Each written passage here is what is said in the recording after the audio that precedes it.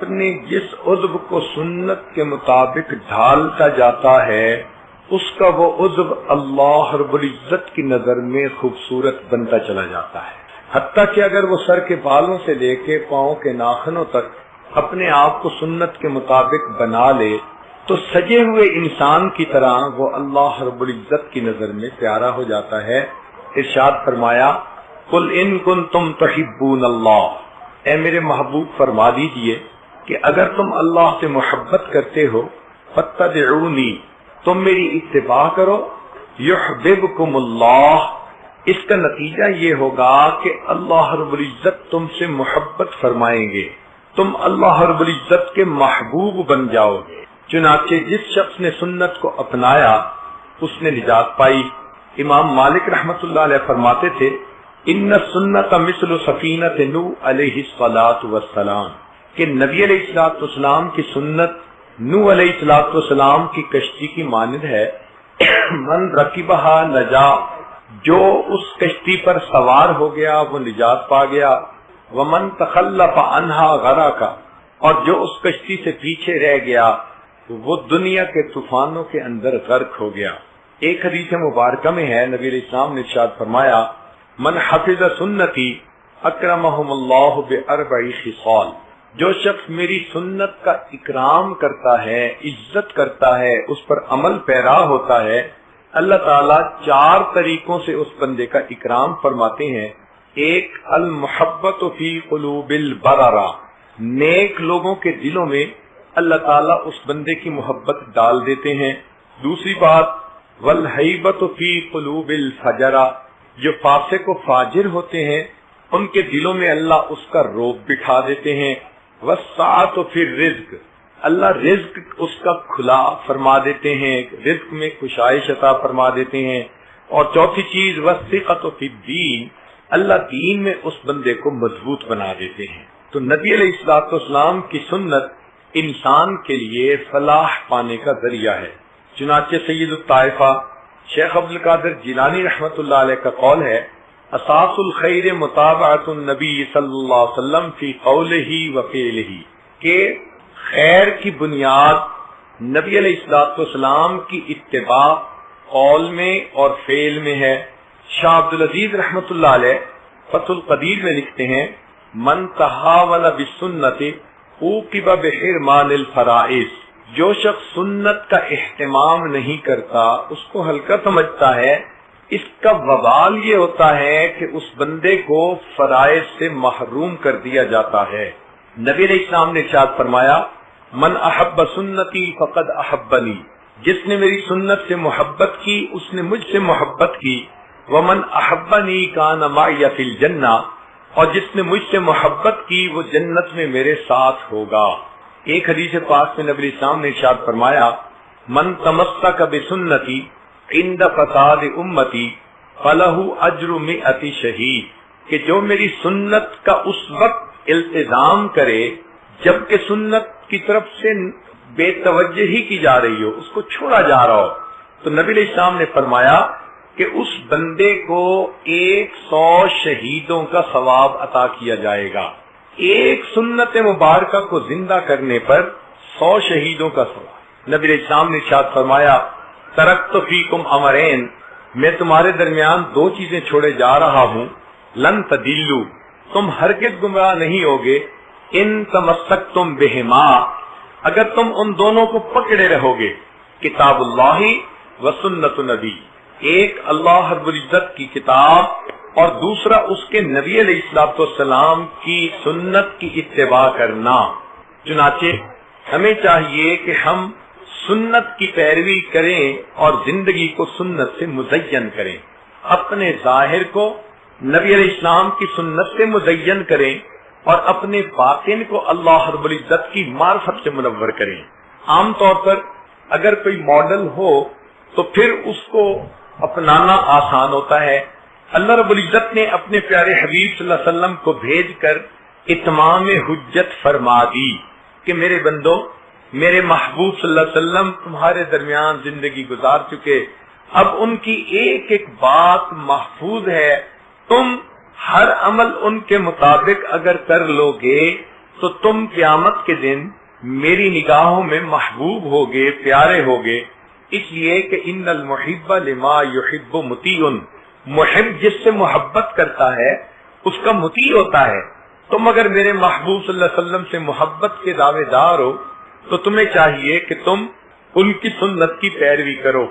آپ نے تجربہ کیا ہوگا کہ جب کوئی چیز مارکیٹ میں آتی ہے تو اس کے اوپر حکومت کی اپروول کی مہر لگی ہوتی ہے۔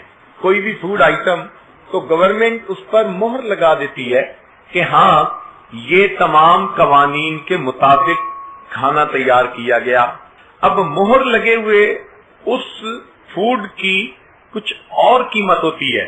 اگر کوئی ایسا فوڈ آ جائے کہ جس پر رجسٹرڈ ہونے کی مہر نہیں لگی ہوئی تو اس کو اول تو دکاندار ہی نہیں رکھتے، اور اگر رکھ بھی دے تو گاہک اس کو نہیں خریدتا۔ بالکل قیامت کے دن یہی ہوگا، اللہ رب العزت کے فرشتے متعین ہوں گے، انسان کا نام اعمال پیش کیا جائے گا، جس عمل پر سنت کی مہر لگی ہوگی اس کو اپروو کر دیا جائے گا، قبول کر لیا جائے گا، اور جس پر سنت کی مہر نہیں ہوگی اس کو رد کر دیا جائے گا۔ کہہ دیا جائے گا کہ آج کے دن میرے محبوب صلی اللہ علیہ وسلم کی سنت ہی کو قبول کیا جائے گا۔ آپ اگر کبھی درزی کے پاس جائیں کہ جی یہ میرا ایک کپڑا ہے، کرتا ہے، مجھے اس کے بالمطابق آپ ایک اور کرتا بنا کے دے دیں، تو آپ جب وصول کرنے جاتے ہیں تو پہلے کرتے کے مطابق بالکل اس کی پیمائش دیکھتے ہیں، لمبائی بھی، چوڑائی بھی، ڈیزائن بھی۔ اگر کوئی بھی چیز اس سے تھوڑا سا مختلف ہو تو آپ درزی کو کہتے ہیں کہ جناب جب میں نے آپ کو ماڈل دیا تھا تو تم نے کیوں اس کے مطابق نہ بنایا؟ قیامت کے دن یہی ہوگا۔ اللہ رب العزت ارشاد فرمائیں گے، میرے بندو میں نے تمہارے درمیان ایک نمونہ بھیج دیا تھا، اپنے حبیب صلی اللہ علیہ وسلم کو بھیجا تھا، تمہیں چاہیے تھا کہ تم ہر کام ان کے طریقے کے مطابق کرتے تو اب تمہارے اعمال قبول کر لیے جاتے۔ چنانچہ یاد رکھیے کہ اللہ رب العزت نے اپنے تک آنے کے تمام راستے بند کر دیے سوائے اس راستے کے جس راستے پر نبی علیہ الصلوۃ والسلام چلے اور اللہ رب العزت تک پہنچے۔ جو بندہ چاہے کہ میں بھی اللہ رب العزت تک پہنچ جاؤں، اللہ سے واصل ہو جاؤں، تو اس کو چاہیے کہ وہ بھی ہر کام میں اللہ کے حبیب صلی اللہ علیہ وسلم کے طریقے کو اپنائے۔ اس سنت کی اللہ کے ہاں اتنی اہمیت ہے کہ موسیٰ علیہ السلام کو حکم ہوا کہ ان جادوگروں کا مقابلہ کیجیے۔ اللہ تعالیٰ کی شان کہ حکم ہوا اذهب الى فرعون انه طغى، آپ جائیے فرعون کے پاس، باغی طاغی بن گیا ہے۔ موسیٰ علیہ السلام جاتے ہیں، وہاں جادوگروں سے مقابلہ ہوا۔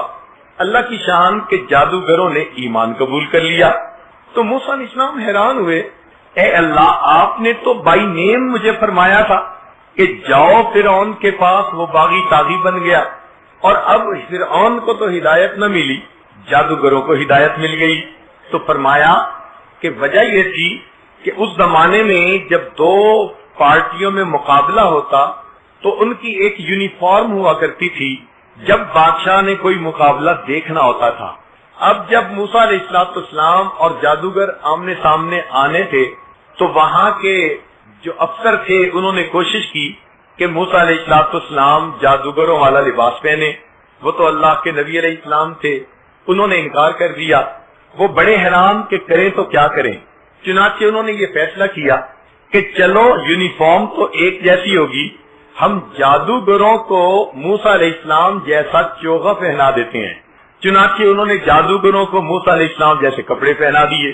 جب موسیٰ علیہ السلام نے پوچھا اللہ فرعون کو ہدایت نہ ملی بلکہ جادوگروں کو مل گئی، تو رب کریم نے فرمایا اے میرے پیارے موسیٰ علیہ السلام، جب میں ہدایت کا فیصلہ کرنے لگا تو میری رحمت نے اس چیز کو زیادہ پسند کیا، میں ان کو ہدایت پہلے دوں جو میرے ایک نبی علیہ السلام سے مشابہت رکھتے ہیں۔ اب سوچئے کہ وہ جادوگر جو اپنے شوق سے بھی نہیں مشابہت اختیار کرتے، مجبور ہو کے، اللہ تعالیٰ کو ان کی بھی مشابہت پسند آتی ہے۔ تو جو لوگ اپنی محبت سے، چاہت سے، لگن سے، شوق سے نبی علیہ السلام کے اعمال کو اپنائیں گے، تو اللہ رب العزت کو کتنا وہ انسان پیارا لگے گا. چنانچہ صحابہ رضی اللہ تعالیٰ عنہم کی زندگیوں کو دیکھیے تو ایک سے بڑھ کر آپ کو ایک سنت کا نمونہ نظر آئے گا. یہ اتنی سنت کی اتباع تھی کہ باہر سے آنے والے کو پوچھنا پڑتا تھا من منکم محمدہ، تم میں سے محمد صلی اللہ علیہ وسلم کون ہے؟ لباس میں، ظاہر میں، طور طریقے میں، گفتگو میں اتنی مشابہت ہوا کرتی تھی، حتیٰ کہ سیدنا صدیق اکبر عنہ نبی علیہ الصلوۃ والسلام کی معیت میں جب مدینہ طیبہ حاضر ہوئے تو مدینہ طیبہ کے بڑے بوڑھے دانا بینا لوگ وہ استقبال کے لیے آئے، مگر ان دونوں کو سمجھ نہیں لگ رہی تھی کہ ان آنے والے مہمانوں میں آقا کون ہے، غلام کون ہے، ان میں اللہ کے نبی علیہ السلام کون ہے اور ان کے جو ہے اتباع کرنے والے کون ہیں. تو وہ دیکھتے رہے اور انہوں نے دونوں کو دیکھ کر بالآخر صدیق اکبر عنہ کو آگے بڑھ کر سلام کیا. صدیق اکبر عنہ نے سب کو سلام کرنا شروع کر دیا. کیوں؟ اس لیے کہ آقا صلی اللہ علیہ وسلم تھکے ہوئے آ رہے ہیں تو آقا صلی اللہ علیہ وسلم کو مزید تھکاوٹ نہ ہو. جب سلام ہو چکا بیٹھ گئے اور بادلوں میں سے سورج نکلا اور اس کی کرنوں نے نبی علیہ الصلوۃ والسلام کے رخسار مبارک کے بوسے لیے، تب مدینہ کے لوگ یہ دیکھ کر حیران ہوئے کہ جس پر انہوں نے پہلے سلام کیے تھے وہ اٹھے اور انہوں نے اپنی چادر اپنے ساتھی کے اوپر ڈال کر یہ ثابت کر دیا کہ آقا کون ہے اور غلام کون ہے، تابع کون ہے، متبوع کون ہے. تب ان کو سمجھ لگی کہ واقعی انہوں نے نبی علیہ الصلوۃ والسلام کی اس قدر مشابہت اختیار کی تھی. آپ یوں سمجھیں کہ نقل اصل کے اتنا مطابق بن گئی تھی کہ دیکھنے والوں کو نقل اور اصل میں فرق کرنا دشوار ہو گیا تھا. ایک صحابی رضی اللہ تعالیٰ عنہ حبشہ کے رہنے والے ایمان لے آئے. اب اکثر ان کے دل میں یہ شوق رہتا کہ یہ جو میرے سر پہ بال ہیں یہ چھوٹے ہیں اور کرلی ہیں اور نبی علیہ الصلوۃ والسلام کی طرح میں سر پہ مانگ نہیں نکال سکتا، کاش کہ میرے بال ایسے ہوتے کہ میں بھی مانگ نکال سکتا، مجھے اور مشابہت ہو جاتی. یہ دل میں ان کے ایک تمنا تھی، چٹکیاں لیتی تھی. سردی کا موسم، ایک دن انگیٹھی جل رہی ہے اور وہ انگارے کو ایک لوہے کی سلاخ تھی، اس کے ساتھ انگاروں کو ذرا سیٹ کر رہے تھے. جب دیکھا کہ یہ سلاخ گرم ہو گئی تو پتہ نہیں ان کے اوپر محبت کا کیا جذبہ آیا کہ انہوں نے اس سلاخ سے اپنے سر کے درمیان یوں نشان لگا دیا. گرم سلاخ تھی، جلد جل گئی. خیر جب اس پر مرہم لگائی گئی تو وہ ٹھیک تو ہو گئی. اب جلنے کی وجہ سے ایک لائن نظر آتی تھی. لوگوں نے کہا کہ آپ نے اپنے آپ کو کیوں تکلیف میں ڈالا؟ جواب دیا کہ وہ تکلیف تو ختم ہو گئی، اس بات کی خوشی باقی ہے کہ اب میرا سر میرے آقا صلی اللہ علیہ وسلم کے مبارک سر کے ساتھ مشابہت پا چکا ہے. کیا محبت تھی. سیدنا عبداللہ ابن عمر رضی اللہ تعالیٰ عنہ مدینہ طیبہ سے مکہ مکرمہ کی طرف جا رہے ہیں. ایک جگہ جا کر رک گئے، نیچے اترے، قریب ایک درخت تھا اس کی طرف گئے اور وہاں جا کر وہ اس طرح بیٹھے کہ جیسے قضائے حاجت سے فارغ ہوتے ہیں، مگر فارغ نہیں ہوئے، ویسے ہی اٹھ کے آگے اور سفر شروع کر دیا. تو ساتھ والوں نے پوچھا حضرت اگر آپ کو حاجت نہیں تھی تو آپ نے کیوں سفر روکا؟ خود بھی رکے، دوسروں کو بھی روکا.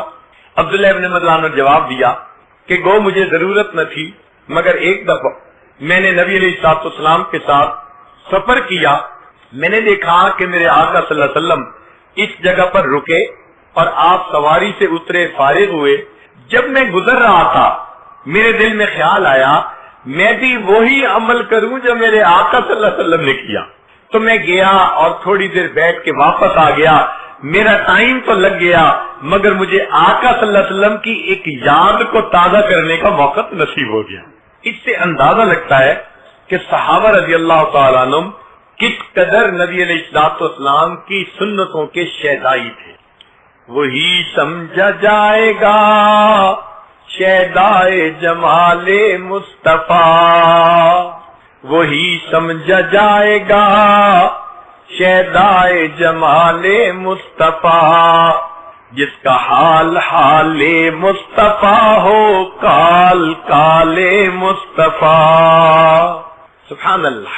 سیدنا صدیق رضی اللہ عنہ کی اتباع سنت کا حال دیکھیے کہ نبی علیہ السلام جب غار حرا سے آئے تو اس وقت خدیجہ الکبریٰ رضی اللہ تعالیٰ عنہا نے فرمایا آپ کیا محسوس کرتے ہیں؟ فرمایا خشیت والا نفسی، مجھے اپنی جان کا خطرہ ہے۔ فرمایا کلا، ہرگز نہیں، انک لتصل الرحم، آپ تو صلہ رحمی کرنے والے ہیں، وتکسب المعدوم وتقرئ الضیف وتعین علی نوائب الحق۔ تو انہوں نے نبی علیہ السلام کی کچھ صفات گنوائی۔ حیرت کی بات ہے کہ بعد کے زمانے میں ایک مرتبہ صدیق اکبر نے نبی السلام سے اجازت لی کہ میں حبشہ کی طرف ہجرت کر کے جاتا ہوں۔ نبی علیہ السلام نے اجازت دے دی۔ صدیق اکبر گئے، راستے میں سے ایک کافر نے دیکھا، اس نے کہا ابو بکر کیوں جا رہے ہو مکہ سے؟ فرمایا کہ مکہ کے لوگ رہنے نہیں دیتے۔ اس نے کہا آپ جیسے اچھے آدمی کیوں مکہ چھوڑ کے جائیں؟ انک لتصل الرحم، جو صفات خدیجہ الکبریٰ رضی اللہ عنہا نے نبی علیہ السلام کی گنوائی تھیں، وہی صفات ایک کافر نے صدیق اکبر عنہ کی گنوائی، انہی الفاظ میں۔ اس قدر کامل مشابہت تھی، چنانچہ یہ صحابہ نبی علیہ السلام کی سنتوں کے عاشق حذیفہ بن الیمان رضی اللہ تعالیٰ عنہ ایران کی طرف آتے ہیں، دسترخوان پہ کھانا کھاتے ہوئے لقمہ گر گیا۔ اب سنت یہ ہے کہ دسترخوان پہ لقمہ اگر گر بھی جائے تو اس کو اٹھا کے کھا لو، پاک صاف ہوتا ہے۔ انہوں نے کھا لیا۔ قریب والے نے کہا کہ جناب یہاں کے عمراء موجود ہیں اور یہ اس چیز کو اتنا اچھا نہیں سمجھتے، یہ معیوب سمجھتے ہیں۔ تو حذیفہ رضی اللہ عنہ نے آسانہ جواب دیا، فرمایا اترک سنت حبیبی لہؤلاء الحمقاء، ان احمقوں کی خاطر میں اپنے آقا صلی اللہ علیہ وسلم کی سنت کو چھوڑ دوں گا۔ اس سے پتہ چلتا ہے کہ ان کی نظر میں نبی علیہ السلام کی سنتوں کی کیا قیمت ہوا کرتی تھی۔ ہمارے صالحین کی زندگیوں کو آپ پڑھ کے دیکھ لیجئے، آپ کو یہ فیچر کامن نظر آئے گا، سارے کے سارے سنت کے شہدائی، اس کے اوپر عمل کرنے والے، اس کے مطابق زندگی گزارنے والے۔ عبداللہ بن مبارک رحمت اللہ علیہ ایک محدث ہیں، امام اعظم ابو حنیفہ رحمت اللہ علیہ کے خاص شاگرد ہیں۔ ان کے جو 40 فقہا تھے جو مسائل کے استنباط میں ان کی معاون بنتے تھے، یہ ان میں سے ایک ہیں۔ ان کی زندگی اتنی سنت کے مطابق تھی کہ ان کے ایک ہم جماعت ہم درس اسماعیل رحمت اللہ علیہ تھے۔ وہ کہتے ہیں کہ میں نے عبداللہ ابن مبارک رحمت اللہ علیہ کی زندگی کو کئی سال قریب سے دیکھا اور میں اس نتیجے پر پہنچا کہ عبداللہ ابن مبارک رحمت اللہ علیہ اور صحابہ کرام رضی اللہ عنہم کی زندگی میں صرف ایک فرق تھا، وہ کیا کہ صحابہ رضی اللہ عنہم کو نبی علیہ السلام کے دیدار کا شرف حاصل تھا، یہ شرف عبداللہ ابن مبارک کو حاصل نہیں تھا۔ اس کے علاوہ ان کی زندگی اور صحابہ کی زندگی میں مجھے کوئی فرق نظر نہیں آتا تھا۔ یہ کتنی عظیم بات ہے کہ ساتھ رہنے والا گواہی دے۔ سبحان اللہ، واقعی ہمارے اکابر اس قدر سنت کا اہتمام کرنے والے تھے۔ چنانچہ جنید بغدادی رحمت اللہ علیہ کے پاس ایک سالک آیا اور 9-10 سال رہا۔ ایک دن کہنے لگا حضرت میں جاتا ہوں۔ کیوں جاتے ہو بھائی؟ حضرت میں تو آیا تھا کہ میں کوئی کرامت دیکھتا اور میں نے تو 10 سال میں کوئی کرامت ہی نہیں دیکھی۔ تو پوچھا کہ یہ بتاؤ ان 10 سالوں میں تو نے کوئی عمل سنت کے خلاف دیکھا؟ کہنے لگا سنت کے خلاف تو کوئی عمل نہیں دیکھا۔ فرمایا کہ یہ سب کرامتوں سے بڑی کرامت ہے کہ انسان بے اختیار سنت کے مطابق زندگی گزارنے والا بن جائے، ہر عمل اس کا ایسا ہو کہ نبی علیہ السلام کی سنت کے مطابق ہو۔ شاہ ولی اللہ محمد دہلوی رحمۃ اللہ علیہ لکھتے ہیں کہ مجھے نبی علیہ السلام کی خدمت میں مواجہ شریف پر حاضری نصیب ہوئی تو فرماتے ہیں جو لوگ متبع سنت ہوتے ہیں اور جن کو حدیث کا شوق ہوتا ہے، تو میں نے دیکھا کہ نبی علیہ السلام کے مبارک قلب سے اس طرح نور کی کرنیں پھوٹتی ہیں جیسے سورج کی شعاعیں ہوتی ہیں اور وہ اس آنے والے بندے کے دل کے اوپر پڑ رہی ہوتی ہے۔ تو سنت کا اہتمام کرنے والا بارگاہ نبوی کے اندر مقبول انسان ہوتا ہے۔ سبحان اللہ، اللہ رب العزت ایسے بندے کو بہت پسند فرماتے ہیں۔ ہمارے اکابرین علماء دیوبند کی زندگی کو دیکھیے، ایک ایک سنت کا شہرائی نظر آئے گا۔ چنانچہ حضرت نانوتوی رحمت اللہ علیہ کو فرنگی نے پھانسی کا حکم سنا دیا۔ جب اطلاع ملی تو حضرت روپوش ہو گئے۔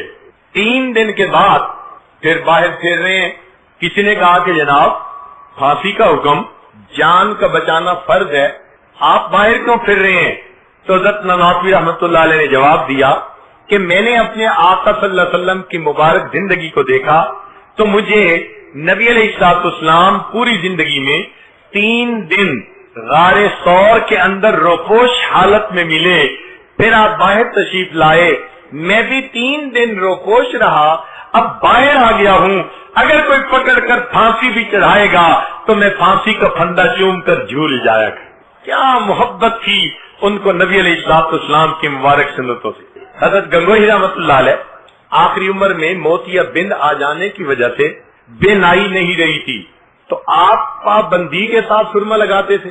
کسی نے کہا جناب سرما تو لگاتے ہیں بے نائی بڑھانے کے لیے، تیز کرنے کے لیے، اور آپ کی تو بے نائی ہے ہی نہیں۔ تو فرمایا کہ لوگ بے نائی تیز کرنے کی نیت سے لگاتے ہوں گے، میں تو اپنے آقا صلی اللہ علیہ وسلم کی سنت کی اتباع کی نیت سے سرما روز لگاتا۔ سنت کا اتنا اہتمام ان کی زندگیوں میں تھا۔ حضرت شیخ الہند رحمت اللہ علیہ عشاء کے بعد وتر بیٹھ کے پڑھتے تھے۔ اب عام مسئلہ تو یہی کہ کھڑے ہو کر پڑھنے کا ثواب دگنا، بیٹھ کے پڑھنے کا ثواب آدھا۔ تو کسی طالب علم نے پوچھ لیا حضرت آپ تو ثواب کے لیے بڑے حریص ہیں، ہر ایسا عمل کرتے ہیں کہ زیادہ سے زیادہ ثواب ملے، مگر نفل بیٹھ کے پڑھتے ہیں۔ تو فرمانے لگے کہ آدھا ثواب مجھے زیادہ پسند ہے، مگر نبی علیہ الصلوۃ والسلام وتر کے بعد نفل بیٹھ کر پڑھتے تھے، میں عمل تو وہ کروں گا جو میرے آقا صلی اللہ علیہ وسلم نے کیا ہے۔ چنانچہ حضرت مولانا حسین احمد مدنی رحمۃ اللہ علیہ جب تشریف لائے مدینہ طیبہ تھے تو دارالعلوم دیوبند میں ایک باغیچہ تھا دارالحدیث کے بالکل سامنے، تو باغیچہ پھولوں کے لیے ہوتا ہے۔ حضرت نے فرمایا کہ یہاں کیکر کا درخت لگا دو۔ جس نے بھی دیکھا حیران، سمجھ نہیں آتی تھی کہ پھولوں کا یہ باغ ہے اور اس میں کیکر کا درخت کانٹوں والا، کوئی فائدہ بھی عام بندے کو نظر نہیں آتا۔ تو کسی طالب علم نے پوچھا حضرت آپ نے کیکر کا درخت لگوانا کا حکم دیا؟ فرمایا ہاں۔ اس نے پوچھا کہ حضرت وجہ کیا ہے؟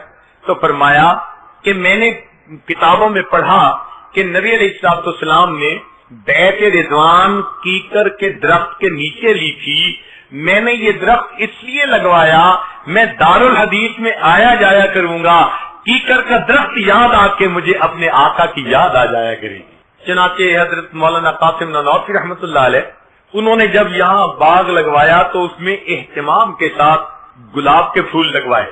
کسی نے کہہ دیا حضرت موتیے کے پھولوں کی خوشبو بڑی اچھی، فلاں پھول کی خوشبو بڑی اچھی، آپ گلاب کے پیچھے ہی پڑ گئے کہ نہیں گلاب لگاؤ۔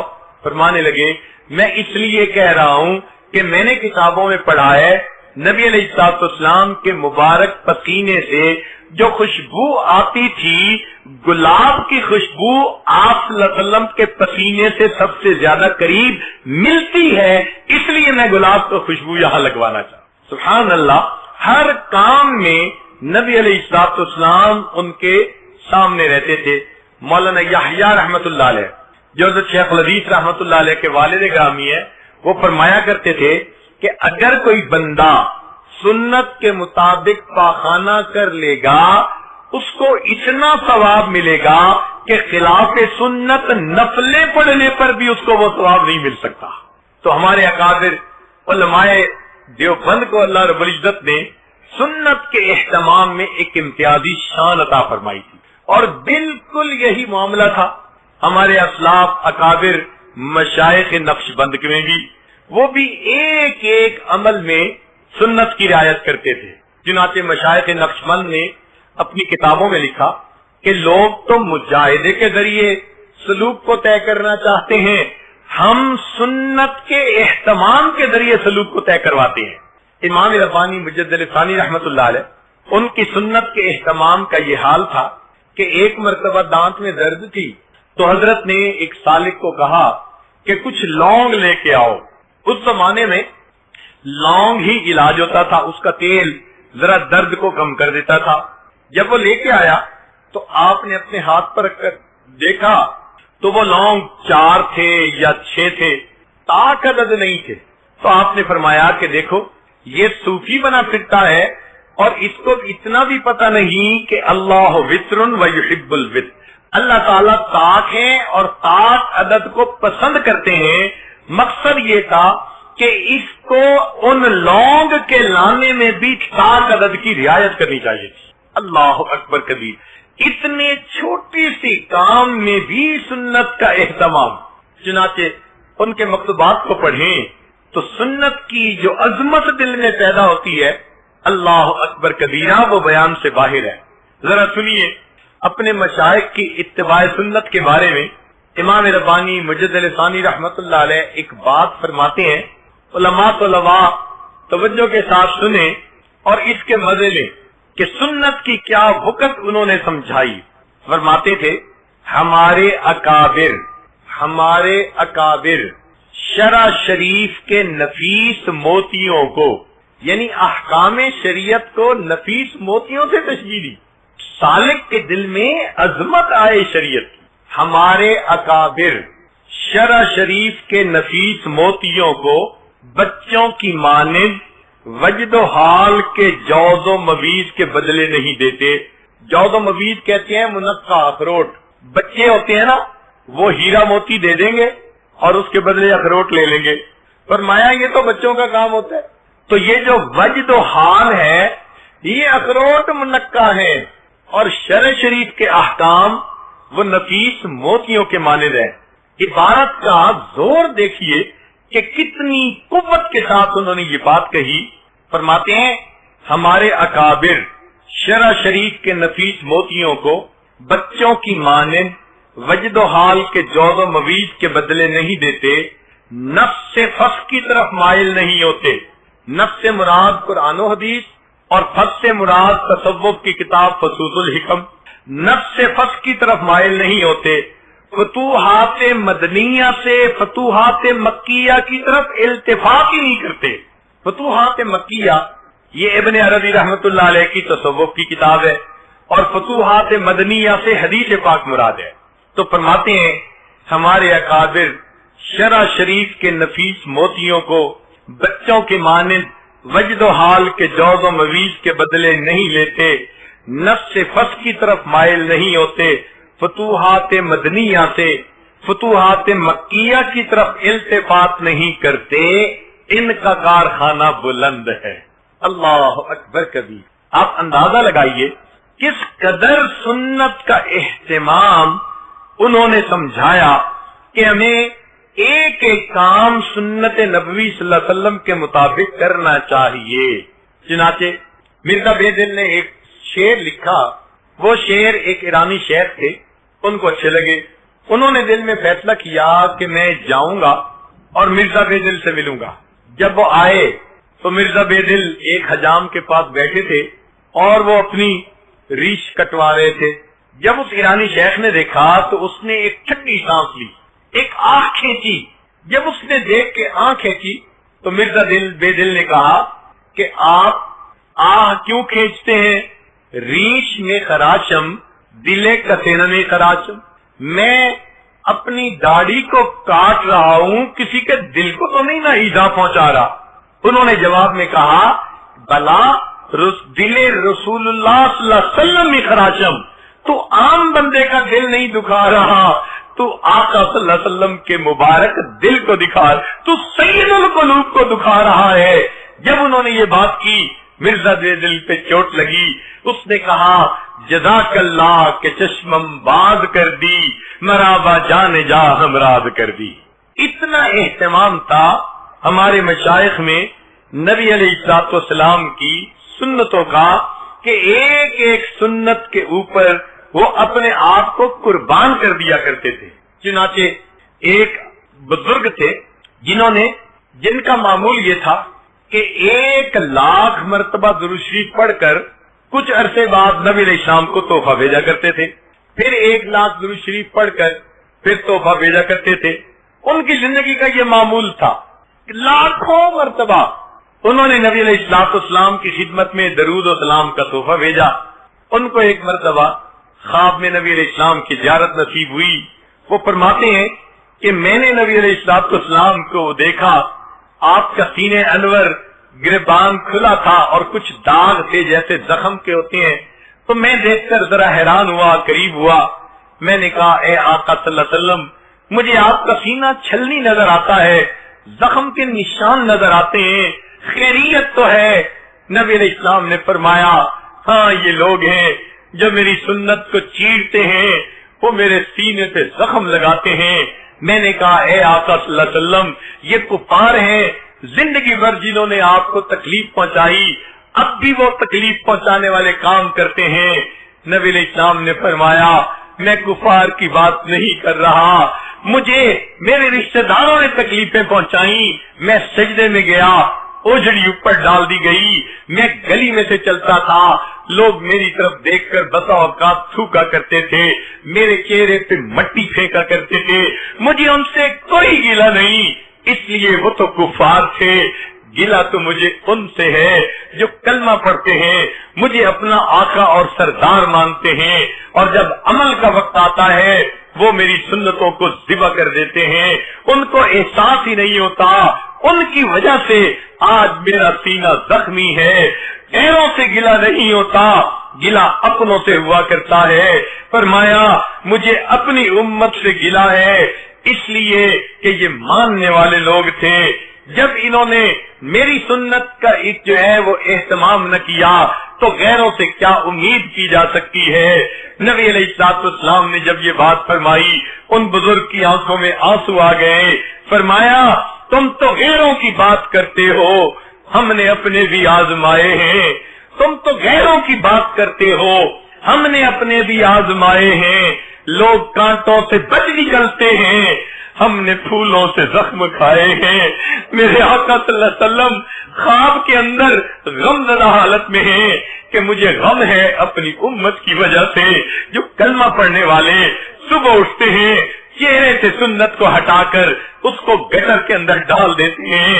کھانے کی سنت کا اہتمام نہیں, پینے کی سنت کا اہتمام نہیں.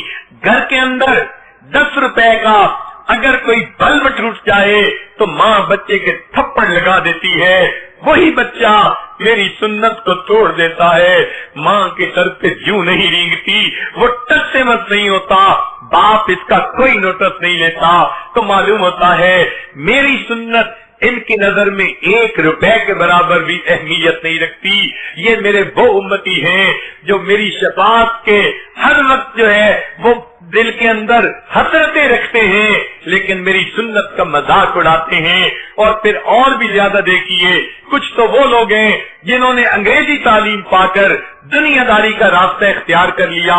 اللہ کے حبیب صلی اللہ علیہ وسلم کو زیادہ تکلیف تو پھر ان سے پہنچتی ہے جو طالب علم بھی کہلائے, گھروں کو چھوڑ کر مدرسے میں بھی آ گئے.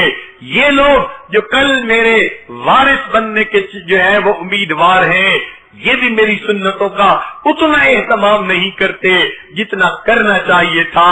مجھے ان سے زیادہ تکلیف پہنچتی ہے. یہ تو کل میرے وارث بننے کی تمنا رکھنے والے, مجھے اس سے زیادہ تکلیف پہنچتی ہے. چنانچہ علماء نے لکھا ہے ہم جتنے بھی اعمال کرتے ہیں قیامت کے دن اللہ کے حبیب صلی اللہ علیہ وسلم اس پر گواہ بنیں گے. قرآن کی آیت سے یہ ثابت ہے. وہ کہتے کہ ہفتہ میں جتنے ہم اعمال کرتے ہیں یہ اعمال جمعرات کے دن نبی علیہ السلام کی خدمت میں پیش کیے جاتے ہیں. ذرا غور کیجئے, آقا صلی اللہ علیہ وسلم جب ہم مسلمانوں کے اعمال کو دیکھتے ہوں گے, ہمارے گھروں کی زندگی کو دیکھتے ہوں گے, آقا کو کتنی تکلیف ہوتی ہوگی. یہ میرے وہ امتی ہیں جن کی خاطر میں رات کو سجدے میں پڑھ کر امتی امتی کہہ کے اللہ سے دعائیں مانگا کرتا تھا. میں اتنے لمبے سجدے کرتا تھا, میری عائشہ اٹھ کر میرے پاؤں کو ہلا کے دیکھتی تھی کہ میرے آقا صلی اللہ علیہ وسلم کی روح تو پرواز نہیں کر گئی. میں اللہ سے ایک ہی دعا مانگتا تھا, یا رب امتی، اے اللہ امت کا جو ہے وہ حساب آسان کر دینا. میرے اپنی بیٹیوں کے لیے نہ رویا، کبھی میں اپنی زینب کہہ کے نہ رویا، رقیہ کہہ کے نہ رویا، ام کلثوم کہہ کے نہ رویا، میں فاطمہ کہہ کے نہ رویا. اگر میں کبھی رویا اپنی امت کے لیے، یا رب امتی امتی، امت کے لیے رویا. لوگوں، دنیا میں اگر کوئی اپنی اولاد کے لیے روتا ہے 1 سال یا 2 سال، ماں بھی اپنے جوان بچے کو بھول جاتی ہے، مگر میں تو اپنی امت کے لیے 23 سال روتا رہا. کوئی ماں باپ 23 سال نہیں روتے. میں تہجد میں اتنا کھڑا ہوتا تھا حتیٰ یتورمت قدماہ، قدمین مبارک متورم ہو جاتے تھے، اور اللہ سے دامن پھیلا کے ایک ہی دعا مانگتا تھا، اللہ میری امت کی بخشش کر دینا.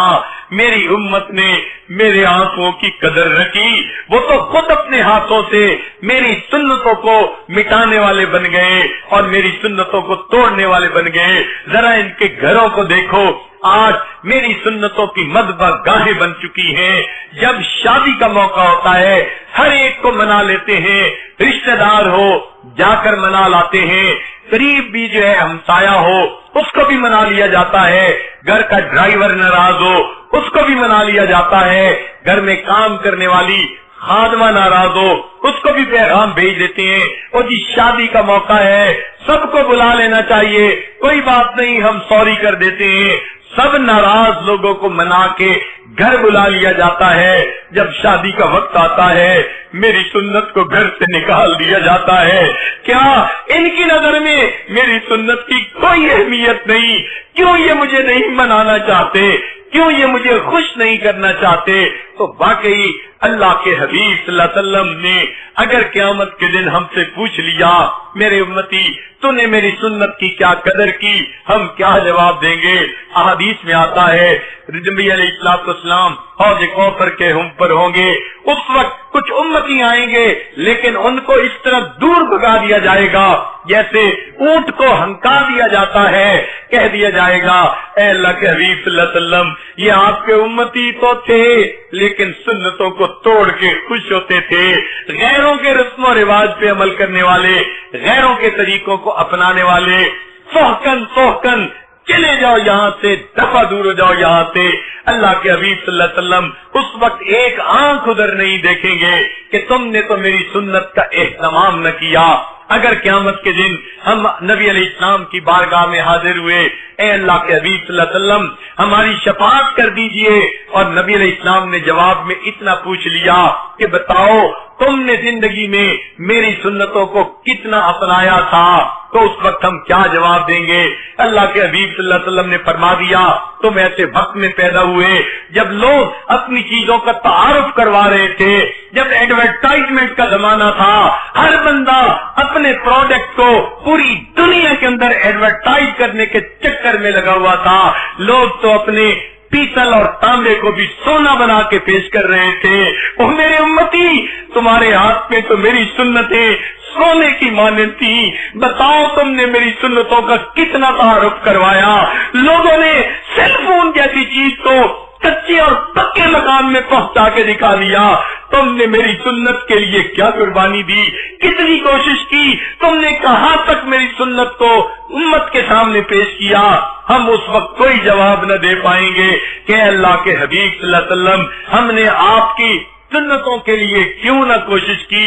نبی علیہ السلام عرفات کے میدان میں روئے امت کے لیے، مینا کے اندر روئے امت کے لیے، مزدلفہ کے اندر روئے امت کے لیے، غلاف کعبہ کو پکڑ کے روئے امت کے لیے.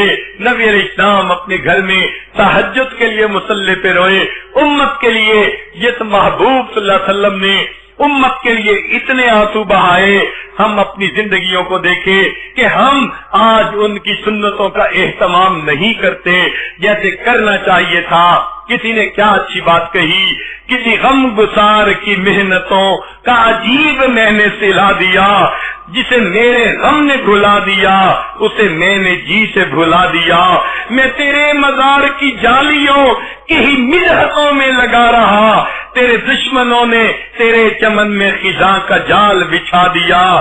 تیرے روز بدر کے باب کے میں ورق پلٹ کے گزر گیا، مجھے تیرے دعوے عشق نے نہ صنم دیا نہ خدا دیا، میرے مہرباں تیرا شکریہ ذلا کس ادا سے زباں سے کروں ادا، میری زندگی کی اندھیری شب میں چراغ فکر جلا دیا۔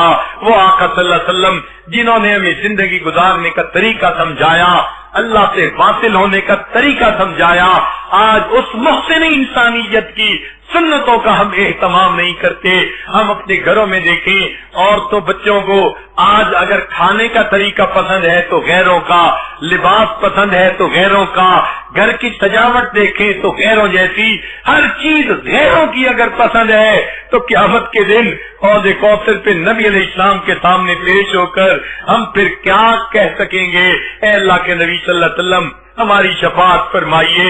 ایک 8 سال کا بچہ، اس نے جب یہ خواب سنا کہ ایک بزرگ 1,00,000 مرتبہ درود پڑھ کر بھیجا کرتے تھے، انہوں نے خواب میں نبی علیہ السلام کے سینے انور کو چھلی دیکھا تو اس بچے کے دل میں اتنا درد ہوا، گھر آ کے کہتا ہے امی آج کے بعد میں کھانا کھاؤں گا سنت کے مطابق، میں کپڑے پہنوں گا سنت کے مطابق۔ اگر 7 سال کا بچہ سنت کا اتنا اہتمام کرتا ہے، قیامت کے دن کہا جائے گا او علماء کے گروہ، او حفاظ اور قراء، ذرا بتاؤ تو صحیح 7 سال کے بچے جیسی غیرت بھی تمہارے دل میں بیدار نہ ہوئی اور تم نے دل میں نیت نہ کی کہ ہم نبی علیہ السلام کے سینے کو راحت پہنچائیں گے، ہم زخم پہ زخم نہیں لگائیں گے۔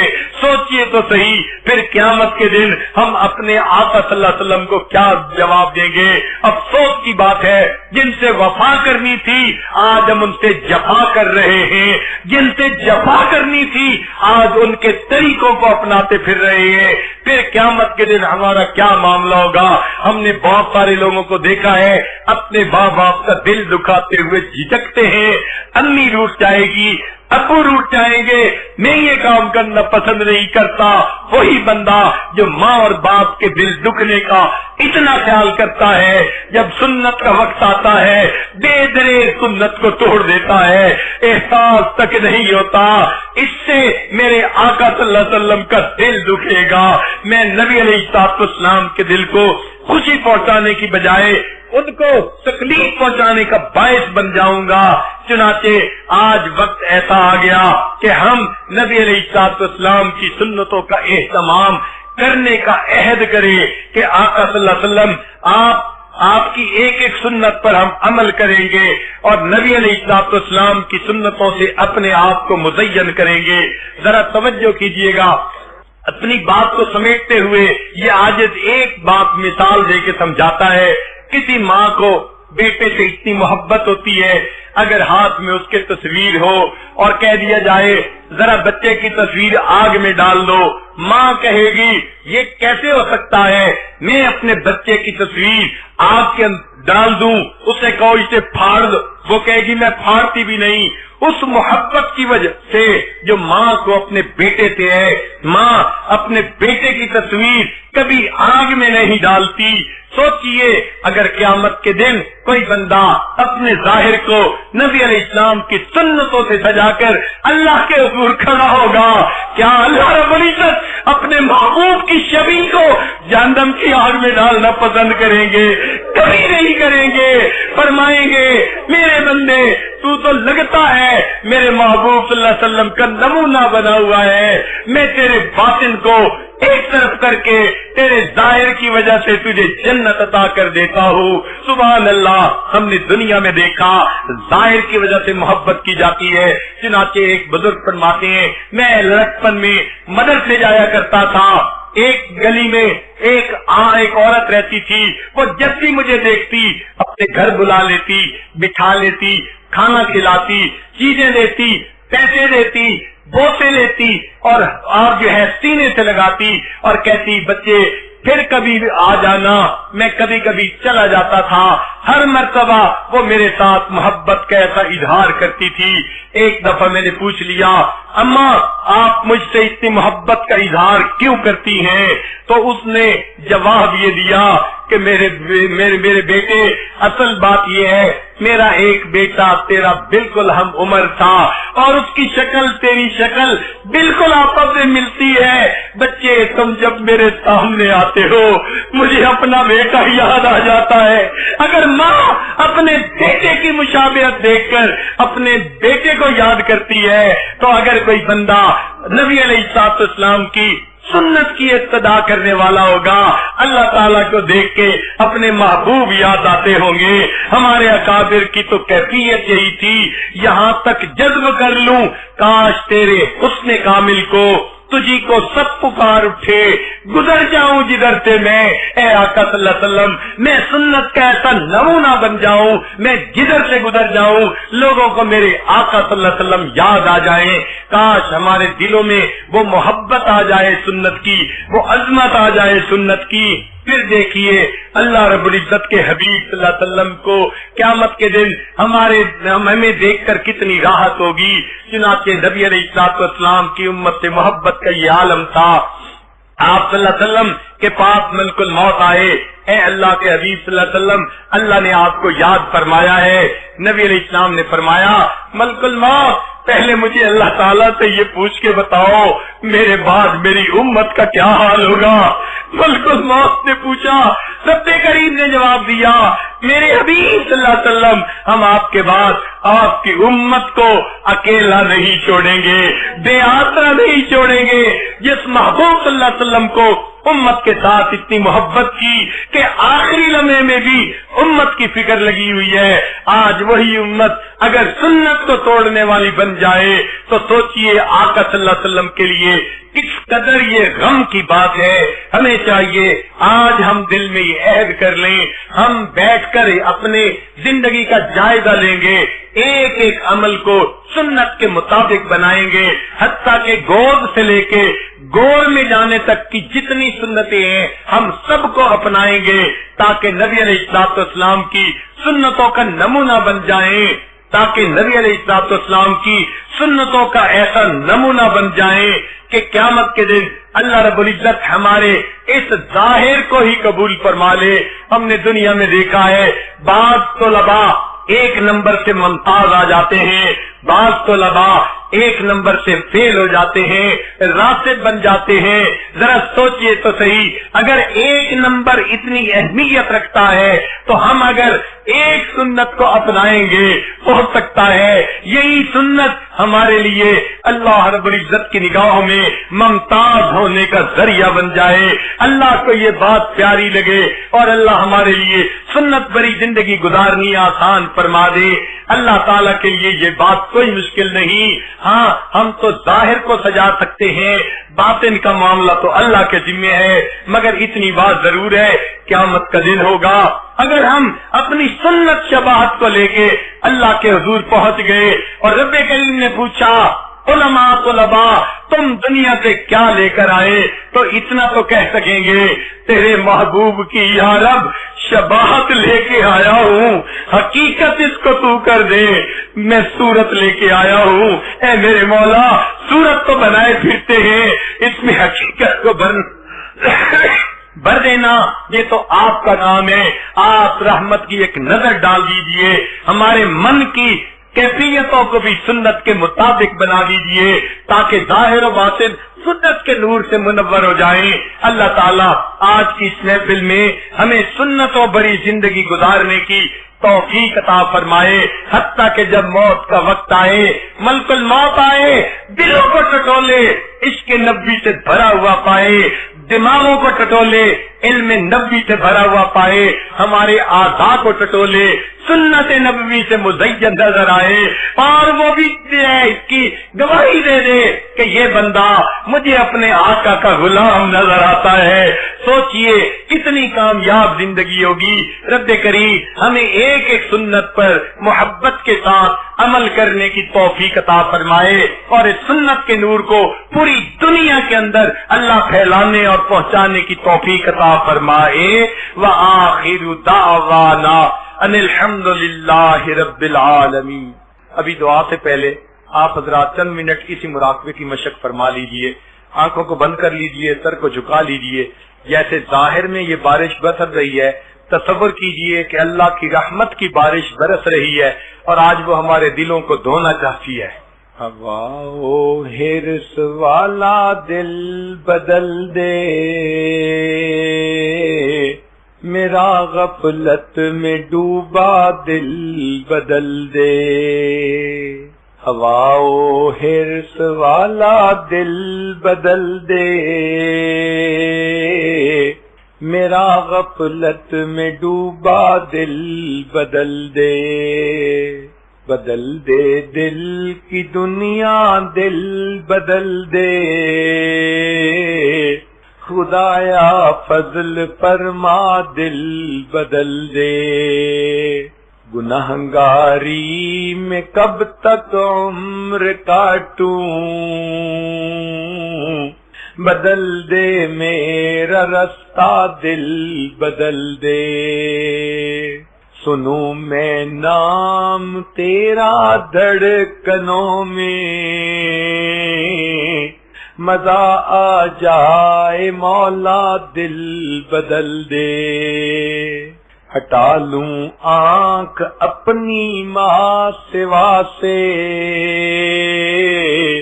جیوں میں تیری خاطر دل بدل دے۔ جو ہو دیدار تیرا روز محشر، تو دیکھے مسکرا کر دل بدل دے۔ یہ کیسا دل ہے سینے میں الہی، جو زندہ بھی ہے مردہ دل بدل دے۔ پڑا ہوں تیرے در پر دل شکستہ، رہوں کیوں دل شکستہ دل بدل دے۔ تیرا ہو جاؤں اتنی آرزو ہے، بس اتنی ہے تمنا دل بدل دے۔ میری فریاد سن لے میرے مولا، بنا لے اپنا بندہ دل بدل دے۔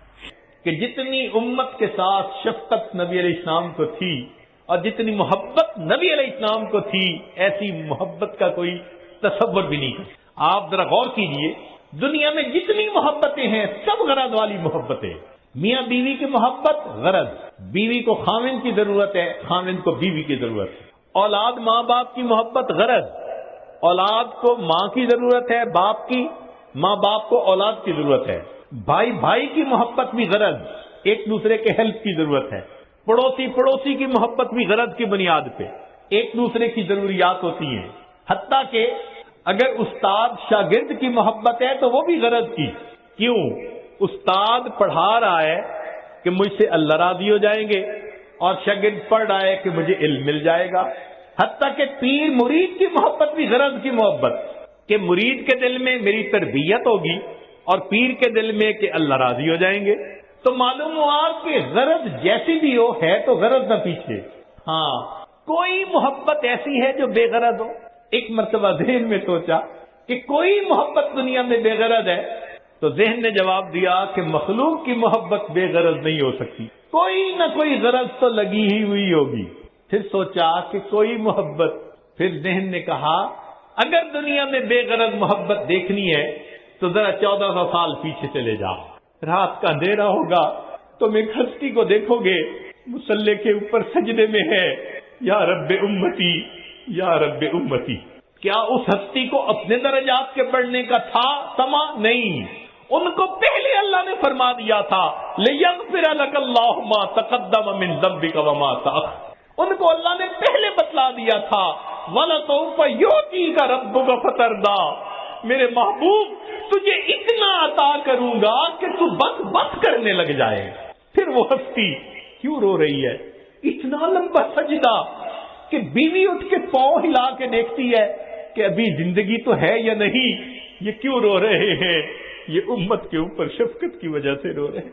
نبی علیہ الصلوۃ والسلام کو امت کے ساتھ ایسی محبت، اس لیے قیامت کے دن انبیاء بھی نفسا نفسی پکارتے ہوں گے، ایک اللہ کے حبیب ہوں گے جو اس دن بھی امتی امتی فرما رہے ہیں۔ اللہ کے حبیب صلی اللہ علیہ وسلم کو اس قدر امت کے ساتھ شفقت و محبت تھی۔ ایک اور آخری بات کہ جب نبی علیہ الصلوۃ والسلام کے ساتھ ایسی محبت ہے تو پھر اس کی ایک علامت یہ بھی ہے کہ کثرت الصلاۃ والسلام علیہ، نبی علیہ الصلوۃ والسلام کے اوپر کثرت سے صلاۃ و سلام پڑھنا، درود شریف پڑھنا۔ چنانچہ قرآن مجید میں اللہ تعالیٰ ارشاد فرماتے ہیں ان اللہ وملائکتہ یصلون علی النبی یا ایھا الذین آمنوا صلوا علیہ وسلموا تسلیما۔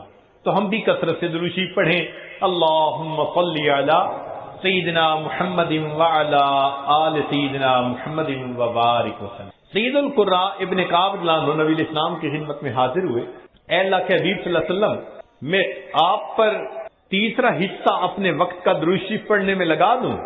نبی علیہ السلام نے فرمایا تو زیادہ کرے گا تو تجھے زیادہ فائدہ ہوگا۔ اے اللہ کے حبیب صلی اللہ علیہ وسلم، میں 2/3 حصہ درود شریف پڑھا کروں؟ نبی علیہ السلام نے فرمایا زیادہ پڑھے گا تو زیادہ نفع ہوگا۔ انہوں نے کہا اے اللہ کے حبیب صلی اللہ علیہ وسلم، پھر تو میں پورا وقت ہی آپ پر درود شریف پڑھوں گا۔ قال، نبی علیہ السلام نے اس کے جواب میں فرمایا کہ اذن یغفر ذنبک وتکفی ہمک، اگر تو ہر وقت مجھ پر درود شریف پڑھے گا اللہ پھر تیرے سب گناہوں کو معاف کر دیں گے اور تیرے تمام غموں کو اللہ ختم فرما دیں گے۔ عمر بن خطاب رضی اللہ عنہ فرماتے تھے الدعاء والصلاة معلق بین السماء والارض، دعا اور نماز آسمان اور زمین کے درمیان معلق رہتی ہیں۔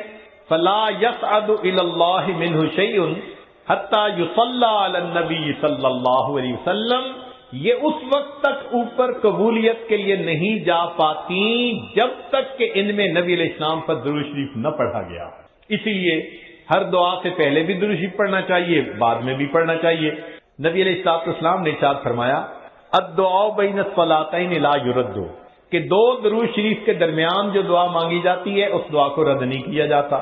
ایک حدیث مبارکہ میں نبی السلام نے فرمایا من صلی علی فی کتاب لم تزل الملائکۃ تستغفر له ما دام اسمی فی ذلک الکتاب، اگر کوئی بندہ لکھ رہا ہو اور لکھتے ہوئے نبی علیہ الصلوۃ والسلام کا نام نامی اس میں گرامی آ جائے اور وہ نام نامی اس میں گرامی کے ساتھ صلی اللہ علیہ وسلم لکھے، تو نبی علیہ السلام نے فرمایا جب تک اس کتاب میں میرے نام کے ساتھ یہ درود شریف لکھا رہے گا اس وقت تک ایک فرشتہ اس کے لیے استغفار کرتا رہے گا۔ اللہ اکبر کبیرہ۔ ابن مسعود رضی اللہ عنہ فرماتے ہیں کہ نبی علیہ السلام نے فرمایا اول الناس بی یوم القیامہ اکثرہم علی صلاۃ، کہ جو بندہ مجھ پر سب سے زیادہ درود شریف پڑھتا ہوگا وہ پھر قیامت کے دن میرے سب سے زیادہ قریب بھی وہی بندہ ہوگا۔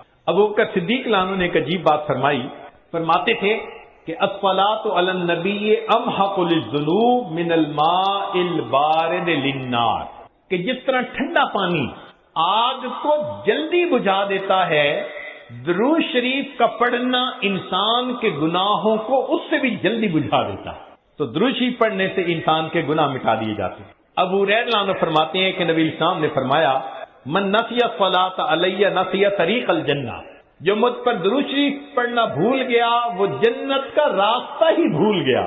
علی رضی اللہ عنہ نے ایک خوبصورت بات کہی، فرماتے تھے واللہ، اللہ کی قسم، اب دیکھیے اللہ کی قسم کھا کے بات کر رہے ہیں، واللہ لولا ما ذکر اللہ ورسولہ فی فضل التسبیح والتکبیر والتحلیل والتحمید لجعلت کل انفاسی صلاۃ علی رسول اللہ صلی اللہ علیہ وسلم، اگر اللہ اور اس کے رسول صلی اللہ علیہ وسلم نے تسبیح، تحمید، تکبیر کے فضائل بیان نہ فرمائے ہوتے تو میں اپنی زندگی کے ہر سانس کو درود شریف پڑھنے میں ہی خرچ کر دیتا۔ ایک اور حدیث مبارکہ سنیے، نبی علیہ الصلوۃ والسلام کے ساتھ صدیق اکبر عنہ بیٹھے ہوئے ہیں، ایک نوجوان آیا، نبی علیہ السلام نے اسے اپنے اور صدیق اکبر عنہ کے درمیان بٹھا دیا، پھر فرمایا کہ ابو بکر میں نے تیرے اور اپنے درمیان اس کو بٹھا دیا، اس بات پہ حیرت تو ہوئی ہوگی، اللہ کے نبی صلی اللہ علیہ وسلم بڑی حیرت ہو رہی ہے، فرمایا ان ھذا الفتى یصلی علی صلاۃ ما یصلیھا علی احد من امتی، میرا یہ نوجوان امتی مجھ پر ایسا درود شریف پڑھتا ہے کہ جو درود شریف میری امت میں سے کوئی دوسرا مجھ پر نہیں پڑھتا، اس کی وجہ سے میں نے اس کو اپنے قریب بٹھایا۔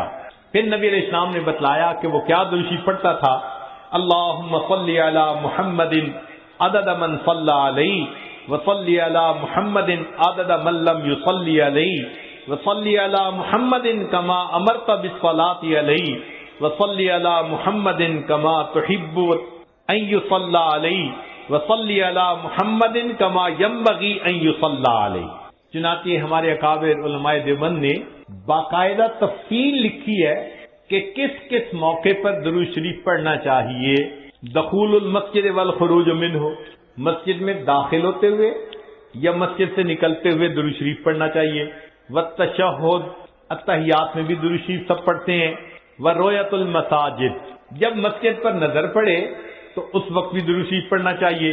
دخول الاسواق، بازار میں داخل ہوتے ہوئے درود شریف پڑھے۔ دخول البیت والخروج منہ، گھر میں داخل ہوتے ہوئے گھر سے نکلتے ہوئے بھی درود شریف پڑھنا چاہیے۔ نسیان الحاجہ، اگر بندہ کوئی بات بھول جائے، چیز رکھ کے بھول جائے، بات بھول جائے، اس وقت بھی نبی علیہ السلام پر درود شریف پڑھنا چاہیے۔ وقت الفقر، تنگ دستی کے وقت میں بھی درود شریف پڑھے۔ فی البدایت فی العلم، اور جب کتاب پڑھنے بیٹھے اس وقت بھی درود شریف پڑھے۔ فی البدایت فی الخطب، جب خطبہ دینا ہو، بیان کرنا ہو تو بھی درود شریف پڑھے۔ والانتہاء من مجالس العلم، جب علم کی مجلس کا اختتام ہو تو بھی درود شریف پڑھے۔ فی لقاء الاخوان، دو مسلمان بھائی آپس میں ملیں تو بھی درود شریف پڑھے۔ فی موادعتہم و مفارقتہم، پھر مدارستاً حدیث نبوی، نبی علیہ السلام کی حدیث مبارکہ جو پڑھائی جائے تو اس وقت بھی درود شریف پڑھے۔ عند تذکرتہ صلی اللہ علیہ وسلم، نبی علیہ السلام کا جب تذکرہ ہو تو درود شریف پڑھے۔ عند ذکر اصحابہ، حتیٰ کہ نبی علیہ السلام کے صحابہ کا تذکرہ ہو اس وقت بھی درود شریف پڑھے۔ عند ذکر شیء من معاصرہ، نبی علیہ السلام سے نسبت رکھنے والی کوئی یادگار چیز کا تذکرہ ہو تو اس وقت بھی درود شریف پڑھے۔ عند دخول المدینہ، مدینہ طیبہ میں داخل ہوتے بھی پڑھے۔ اور عند المرور علی قبرہ صلی اللہ علیہ وسلم، جب نبی علیہ السلام کے سامنے حاضر ہو مواجہ شریف پر تو اس وقت بھی درود شریف پڑھے۔ درود شریف کے فوائد کیا ہیں، کچھ دیر یہ بھی ذرا سن لیجئے۔ فرمایا انہا سبب لہدایت المصلی وحیات قلبہ، درود شریف کے پڑھنے سے دل زندہ ہوتا ہے اور پڑھنے والے کو اللہ ہدایت کے اوپر رکھتے ہیں۔ انہا سبب لزیادت محبت رسول اللہ صلی اللہ علیہ وسلم، درود شریف کے زیادہ پڑھنے سے نبی علیہ الصلوۃ والسلام کے ساتھ زیادہ محبت بڑھ جاتی ہے۔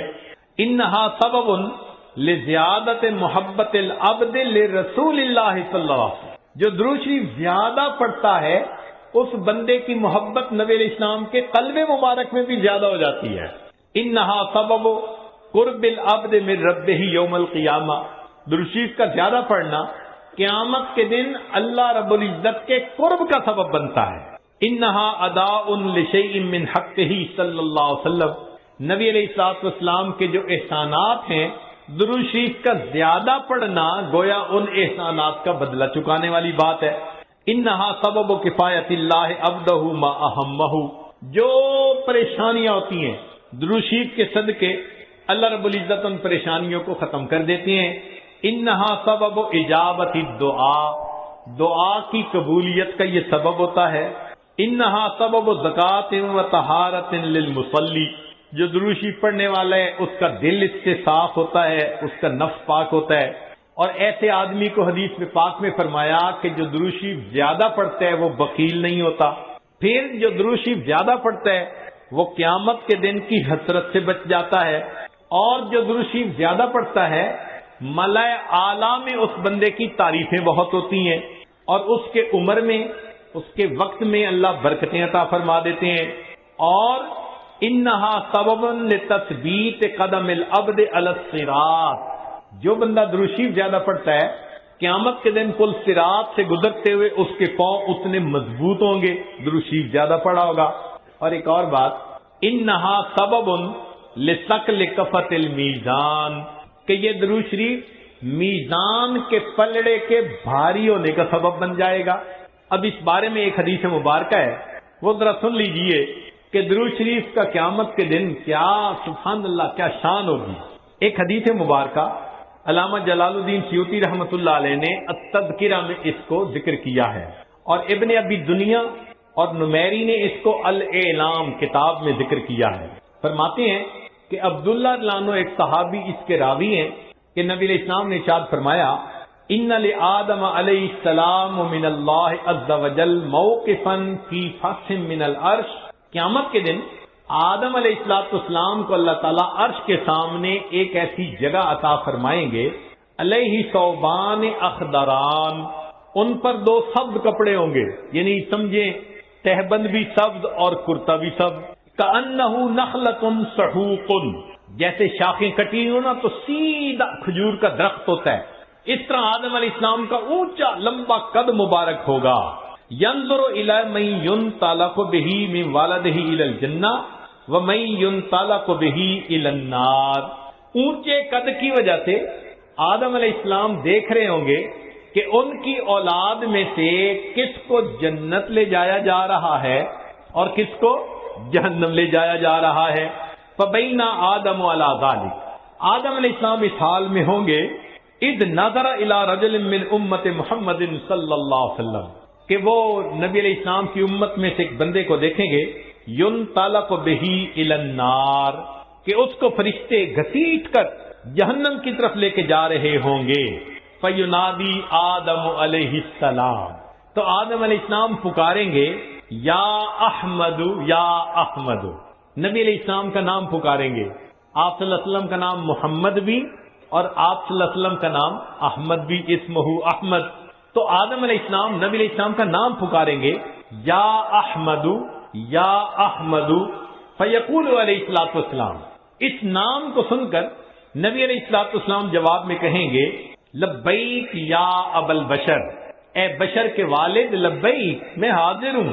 فیقول، وہ بتلائیں گے، ھذا رجل من امتی کا، یہ آپ کی امت کا ایک بندہ ہے، ينطلق به الی النار، اس کو جہنم کی طرف لے جایا جا رہا ہے۔ قال صلی اللہ علیہ وسلم، نبی علیہ السلام نے فرمایا، فاشد المئزرہ، میں اپنی چادر کو کس کے باندھ لوں گا۔ یہ عربوں میں ایک مقولہ تھا، جب انہیں کسی اہم کام کے لیے اٹھنا ہوتا تھا نا تو کہتے تھے جی ذرا چادر کو کس کے باندھو چلو، تو نبی علیہ السلام فرماتے ہیں میں اپنی چادر کو کس کے باندھ لوں گا، وَأَسْرَعُ فِي أَثَرِ الْمَلَائِكَةِ، اور میں تیزی سے چلوں گا ان فرشتوں کے پیچھے جو میرے امتی کو جہنم لے کے جا رہے ہوں گے۔ فَأَقُولُ، اور میں یہ کہوں گا، یا رسول ربی، اے میرے رب کے نمائندو، کفو، رک جاؤ۔ فیقولون، وہ آگے سے جواب دیں گے، نحن الغزال غلاظ الشداد، ہم بڑے قوی اور سخت گیر ہیں، لا نعصی اللہ تعالی ما امرنا، جو اللہ حکم دیتا ہے ہم اس کی نافرمانی نہیں کرتے، ونفعل ما نؤمر، اور ہم وہ کرتے ہیں جس کا ہمیں حکم ملتا ہے۔